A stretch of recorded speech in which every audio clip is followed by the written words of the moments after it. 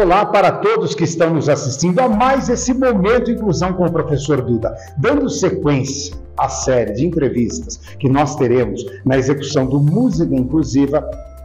Hoje nós voltamos com o maestro Rodrigo Vita. Aquela primeira entrevista maravilhosa que ele falou sobre toda a acessibilidade. E vamos ter aqui a entrevista com o primeiro músico, é ele sim, Júlio César de Souza. Ele é pianista e ele vai mostrar pra gente, né, doutor Rodrigo Vita, olha ele aí, maravilhoso, voltou novamente aí para nós. Rodrigo, me fala uma coisa, há quanto tempo você está com o Júlio?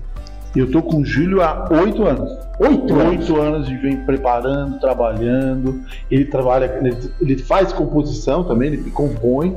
E ele também é pianista, né? Então ele vai interpretar tudo isso aí há 8 anos trabalhando. 8 anos. E você criou toda uma linguagem especial com ele? Sim, uma linguagem especial visual, né? Pra gente, e de tato, né? Então, para eles tocar forte, então a gente tem que tocar mais forte. Tocar piano mais leve. E o visual que faz as contagens para ele poder fazer as entradas, entrar com a orquestra, saber os momentos. Tem um momento muito especial, vai ter a hora lá que as pessoas vão fazer. E agora? O que vai acontecer? Não, eu estava vendo aqui, a gente vai mostrar isso para vocês, porque eu também estou aqui ao lado, dá só uma olhadinha quem está aqui com a gente, ó, o nosso querido pianista. Júlio, me fala uma coisa, pode falar aí. Tudo bem com você, meu amigo? Tudo bem, graças a Deus, é um prazer estar aqui com você. Ô Júlio, por favor, olha, vocês vão perceber uma coisa. Vocês vão olhar e falar, não, mentira. Não é surdo, mentira. É que o Júlio interpreta a leitura labial, né, Júlio? Eu costumo brincar, eu digo que eu não sou surdo, eu sou um ouvinte que não escuta mais. Mas olha, voltando aqui agora com o maestro. Maestro, fala uma coisa aqui comigo, que beleza. Olha, quantos shows você já fez com o Júlio? A gente já fez uma média de 5 a 6 concertos. Tocamos no MUBI, que foi uma grande estreia, aquele antes pandemia, né, tudo mais. E depois a gente fez concertos na biblioteca aqui em São Paulo, né, o Centro Cultural Vergueiro. E fizemos com a orquestra de Cubatão, no Teatro Municipal de Santos. Então, já foram grandes apresentações com grandes corpos assim, musicais. Maravilhoso. Júlio, me responda uma coisa. Eu queria que você contasse um pouquinho da sua história. Você foi jogador de futebol e agora como músico. Fala um pouquinho sobre isso. Na verdade, as pessoas que gostam de futebol, mas como esse cara foi jogador de futebol, como ele ficou surdo? Já tomou alguma bolada, né? Quando minha mãe estava grávida de mim, ela não tinha cálcio, e o médico falou que ela tinha que abortar. Foi pro hospital na hora do aborto, aí minha mãe desceu da maca e falou que não ia mais, aí resolveram fazer um tratamento de calcificação. Então eu nasci perfeito. Fui jogador de futebol, joguei no Corinthians, joguei no Palmeiras, joguei na seleção, fui pra Europa, joguei na Europa. Quando eu parei de jogar, e eu percebi que eu comecei a perder a audição gradativamente, cheguei até os aparelhos, mas a audição ficou uma perda profunda, que nem o aparelho supre mais a necessidade. Não é? E foi exatamente desse tratamento de cálcio, porque calcificou demais os ossos do ouvido médio, que endureceram, o estribo, bigode e martelo não vibram mais e o som não passa para coque. E depois eu comecei a me dedicar a fazer o projeto para criança surda, a fazer palestra empresarial de motivação, contando a minha história do futebol. O futebol foi meu sonho, desde 6 anos eu vi a Copa do Mundo, já estava aqui no Brasil, vi a Copa do Mundo de 70, fiquei encantado com aquela seleção e prometi a meu pai que eu seria jogador, me dediquei a partir daí. E para minha sorte, o meu pai é artista plástico. Ou seja, é um cara que valoriza demais a cultura. Quando eu tinha 6, 7 anos de idade, naquelas eletrolas antigas, né, ele colocava concerto de Aranjuez, ele colocava Lago dos Cisnes, 4 estações de Vivaldi, colocava música erudita para eu escutar. E eu amava aquilo, o meu cérebro já foi armazenando aquela memória musical de como se constrói o concerto. Depois, quando eu fui para a Europa jogar, eu fui ver Palavra Fácil do Domingo, fui ver o concerto de Aranjuez com o Pátio Luquim lá em Madrid, e eu via sarau, recital, ópera, via tudo que eu podia, porque realmente gostava. E automaticamente você vai gravando, você vai aprendendo como são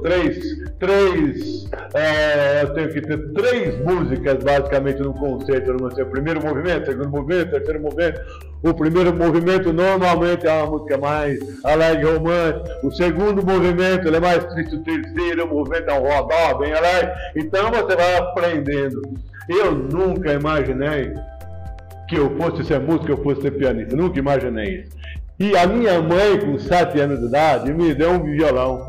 E eu comecei, como eu tinha muito tempo como jogador, eu treinava de manhã, terminava às 11 horas do treino, ia para concentração.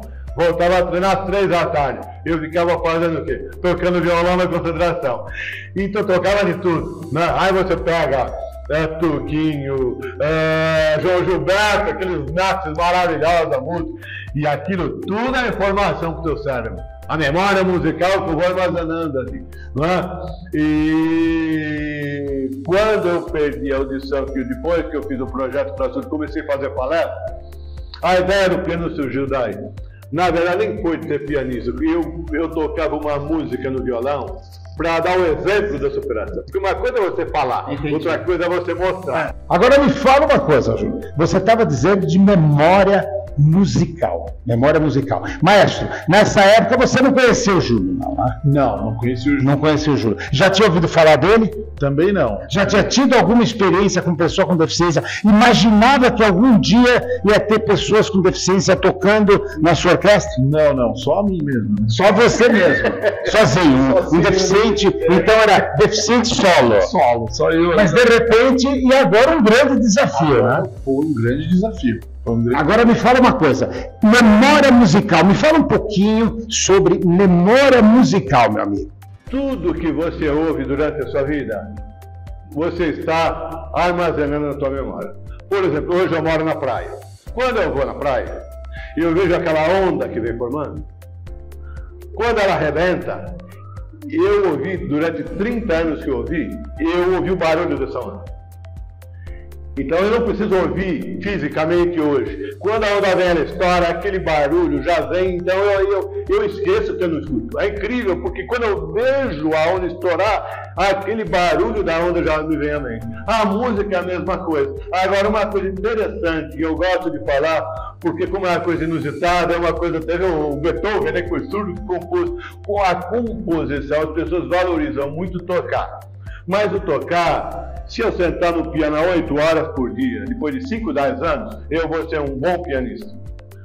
Agora, você compor sem escutar é quase que humanamente difícil, mas a gente precisa desmistificar. Essa é a minha intenção. Por exemplo, como eu toquei violão há muitos anos, eu decorei a escala musical. Como eu componho? Eu vou criando, às vezes eu compus esse concerto 2 horas da manhã com insônia, deitado na minha cama, entendeu? E ouvindo música. Incrível isso, né? Eu puxo a música que eu quero. De repente, comecei a ver um som, entendeu? 15 segundos de uma melodia. Mas nossa, mas que lindos! Será que não há alguma melodia que eu já conheço? De algum músico? Eu fiquei pensando, eu falei, não, isso é novo, eu nunca ouvi essa música. E eu fiquei repetindo isso para gravar, para não esquecer. Aí o que eu faço? No outro dia, eu pego e vou codificar isso que eu compus. Então, vamos supor, eu tenho 20 segundos de um trecho de uma música, que eu ouvi e achei lindo. Pois, o que eu faço? Eu pego a primeira nota. Lá, então, lá, dó, ré, mi, fá, é fá. A segunda nota, é si. Eu vou codificando, nota por nota. Vocês imaginem, o meu conceito é de aproximadamente quase 15 minutos. Quantas centenas, dezenas de notas eu codifiquei? Eu levei 3 anos para compor esse concerto. Codifiquei todas elas. E o trabalho do Rodrigo foi importantíssimo. Por quê? Porque, primeiro, eu não sou maestro, e eu não sou um músico com uma formação musical, eu não sabia ler partitura. Então eu me sentia muito inseguro. Lá eu sei, mas será que na hora que eu tocar no piano, eu vou tocar o que eu estou escutando? Porque o que eu escuto aqui é maravilhoso. Será que eu estou tocando igual? Então, quando eu toquei para o Rodrigo, ele gravou. E algumas coisinhas estavam toque, o Rodrigo ajustou. Vamos agora para fazer um arranjo da orquestral, que é tão importante quanto a música. É um concerto para piano e orquestra. E eu já tinha algumas ideias, como nas aberturas do piano, onde o piano dava uma pausa, mesmo que curta, 4, 5 segundos, eu já ouvia os acordes do violino para o Rodrigo. E eu escuto isso aqui, vai ficar lindo. E tocava os acordes do violino no piano. Eu, Júlio, bonito isso, vamos pôr. Agora eu escuto isso. Então eu vou complementar. Então foi um trabalho árduo, foi um trabalho muito árduo comum da coisa. E inclusive depois a gente conseguir, como você falou, fazer os gestos, seu Rodrigo. Eu preciso que você, Rodrigo, me conta uma coisa. Ele falou de gestos. Essa comunicação de vocês foi crescendo. Quando foi que você ouviu pela primeira vez e encarou esse desafio? Porque na realidade, quando você o conheceu, ele já tocava piano? Ele estava já estudando bastante piano, né, o Júlio. E aí ele começou a querer conhecer mais o instrumento, conhecer mais. Eu falei para ele, para aprimorar tudo que ele escreve, que ele tem de ideia, é fundamental estudar o piano. Uma coisa interessante que se colocou aqui, que a gente discute muito dentro da acessibilidade, são as tecnologias assistivas e as técnicas. Vocês desenvolveram técnicas em comum. Ele falou aqui que precisou desenvolver uma linguagem para falar com você, e você precisa, além de estar orquestrando toda uma orquestra, orquestrar também o pianista. Isso. Como é que isso funciona? Você falou já na outra entrevista, mas eu queria agora, com a presença dele, como é que isso funciona? Então, a gente foi desenvolvendo em comum, né? Como ele entender determinados gestos. Até mesmo algumas coisas aconteceram na prática, né? Eu comecei a reger lá, ele começou a tocar, e eu dava as entradas, de repente ele não tocava mais, eu falei, porra, por que você não tá tocando? Aí ele falou, porra, porque eu sou surdo. Olha que interessante. Esquece, né? A pessoa esquece. Esquece porque o ouvido tá automático para nós. E aí eu falei, cara, é verdade. Aí eu falei, pô, então vamos desenvolver uma ideia. Aí ele falou, ó, você precisa me dar entrada. Aí a gente desenvolveu contar. A gente desenvolveu olhar. Por exemplo, quando eu dou entrada aqui, olho para ele, eu faço a contagem para fazer o corte. Então, bem direcionado. Então, não basta só você interagir com o corpo e colocar o som, né? Não. Tem que interagir o olho, o gesto na hora de fazer menos, ele sabe que tem que tocar menos. E fazer mais, ele sabe que tem que tocar mais. E assim vai. E olha que interessante, existe músico de ouvido.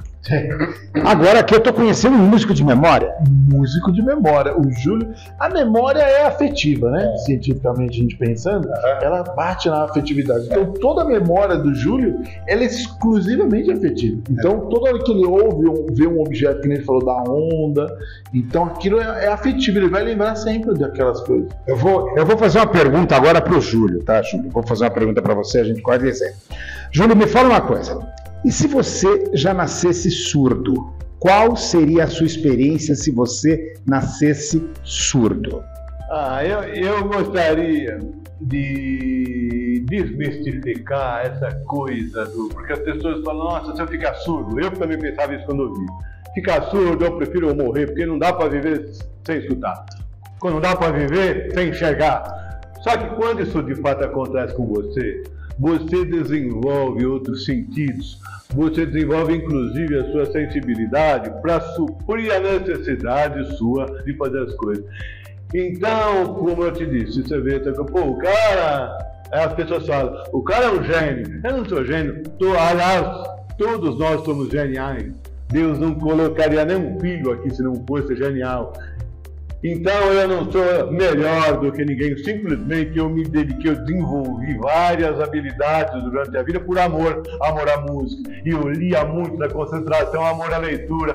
Hoje eu consegui escrever 2 livros, sozinho praticamente. Por quê? A habilidade que eu desenvolvi. Então as pessoas quando acreditam em si, quando você acredita em si, quando você se dedica, quando você faz as coisas por amor, não existe absolutamente nada impossível para você fazer. seja o que for.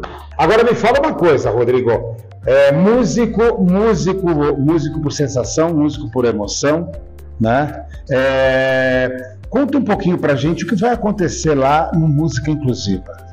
Vai acontecer um concerto bem especial com pessoas, músicos também dentro da orquestra com deficiência. Você vai ter outros músicos, Outros músicos no sopro, nas cordas. Eu já estou ouvindo. E a gente vai entrevistar todos. Vamos entrevistar todos. Já Maravilha. estou ouvindo todos eles, né?